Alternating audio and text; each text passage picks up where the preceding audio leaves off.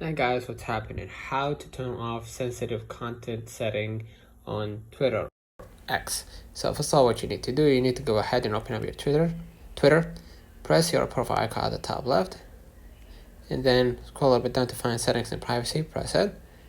In the settings and privacy, you're gonna find privacy and safety right here, press it.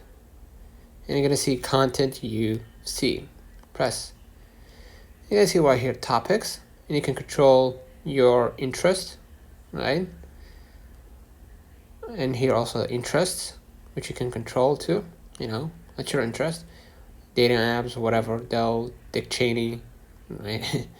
That's far-fetched, but head to explore settings too, and change the location for upcoming trends. All right. So let me know in the comments if this video helped you. Don't forget to like and subscribe. See you in the next one.